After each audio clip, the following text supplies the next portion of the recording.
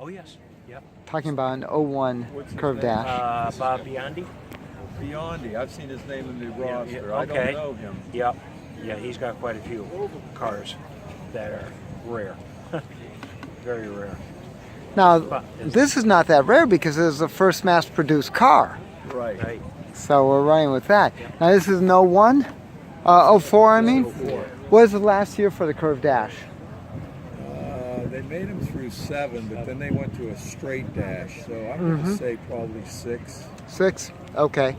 The now you also have the '04 tonneau over there? That's a French front, 04. Uh-huh.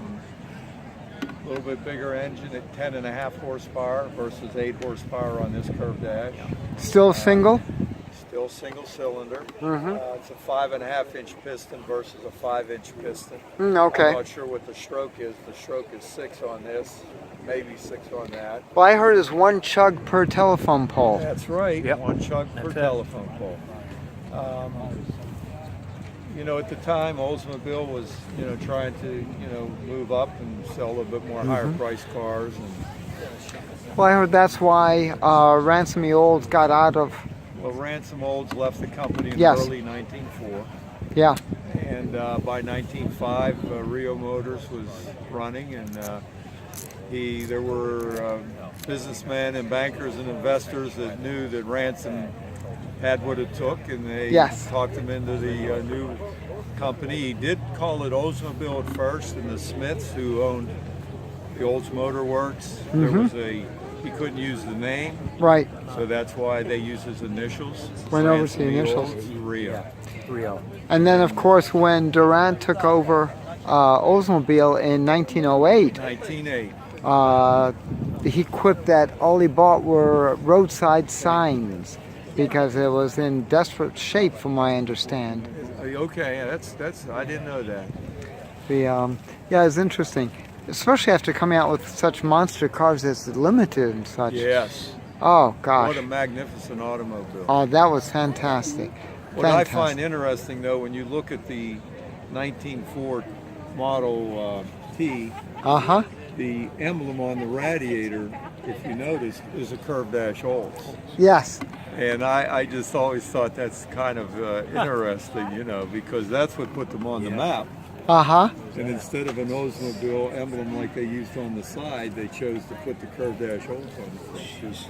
And that's kind of interesting. Yeah, the one the Biondi has, that had the first registration in the state of Connecticut. Oh, wow. Yeah, and he still has the marker with the car. Oh, that's great. Yeah. As my friend Richard was saying, he's a license plate collector. The state did not issue license plates back then. They just issued a registration number, and then you put it on any which way you wanted. Pennsylvania, 1906 was the first year. What about Connecticut? I don't know. I think it was around 1906, around the same time. You were given a number, then you went to your local hardware store and bought the license plate kit, which was a leather plate with the numbers. Right. Yep. And I've recreated a plate for this car. I just took the number that the state of Pennsylvania gave me on the plate, and I just made a plate with D25K, and I thought, until I get pulled over, I'm going to keep using that. Well, what are they going to do? Pull you over and put the ticket on? If a police officer runs that number, it'll come up my car. That's good enough. That's it. And I wasn't going to use it to rob a bank or anything. Yeah, right. It was a Yeah, getaway car. right. Yeah. And what's he going to do? Give you an uninspected vehicle? To get it started. We're going to take a look at that plate right now. Yeah, right. See it right down there? That's what we're talking about. Got the rear brakes. Now, notice that plaque. License under Selden Patent. Okay? November 5th, 1895. That was very important because the American Automobile Manufacturers Association, I got that wrong, but ALMA had it under license, and you had to pay a fee for internal combustion cars. Henry Ford could not join, and then later when he had to join, said no, and he fought it. I was just mentioning about the Selden patent. Yes. Where you've got the placard. Yes. That Rhodes is was great. a supporter of that. In fact, Frederick Smith was president of the organization. And of course, you know the story about between Henry Ford and Yes. the Selden patent. Yes. Henry wasn't one to back down. No. Well, he had the wherewithal once he got rolling. Yeah, at first he could not join. They didn't want him. And then when he was big enough, he said, no, the hell with you. That's exactly it. Finally, in 1911, Yep. He even offered to protect all owners if they would be sued, that he would pay the fines. Henry also was very, very cheap. Oh, please, frugal. Well, Yeah. yeah, and that was the friction between him and Etzel. Now, Etzel had a lot of ideas that were a lot more than what Henry wanted. If it was up to Etzel, Ford would have had hydraulic brakes in 32 instead of 39. Yes. You know, he just didn't. Also the front suspension, that goofball springing system, Yeah, the whole that's it. bit. You were stuck. And even style. Yeah. What a concept. Oh, yeah. Yeah. What a And concept. when Etzel came out with his car, the Etzel itself, take a look at it. You know, my brother's 62 Ford Fairlane, all the heater controls are all run by cable. And the Etzel, they were electronic controls with the electronic push button drive. And again, here we go with the curved dash. Now, one thing I just learned, Vince, who's the owner of the car, told me these are water cooled. There's a radiator right there.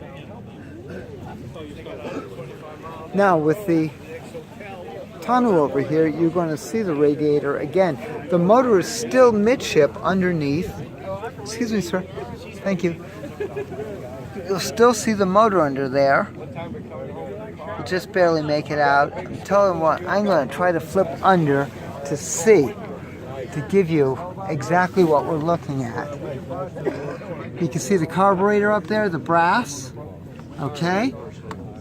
There are the valves. Let's see if we get that. There you go. Big cylinder, single cylinder going back to the crank. There's the flywheel. They were massive. That's why we were saying 1 chug per telephone pole, because very, very low RPM. That is the cam. There's the water pump going forward.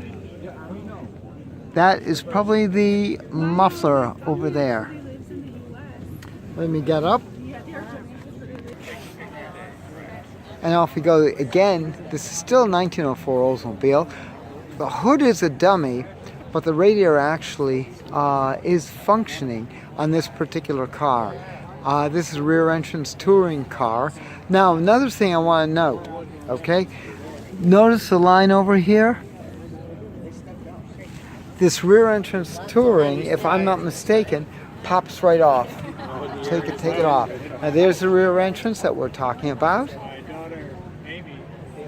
And of course the picnic basket. This was not an unusual arrangement.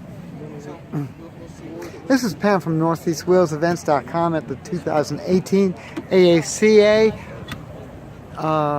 Fall Meet in Hershey, PA. For more cool events like this, make sure you check NortheastWheelsEvents.com, SoutheastWheelsEvents.com, UKWheelsEvents.com. And while you're there, post and share your events. I'll see you at the shows. Next to the thing on the side of the book.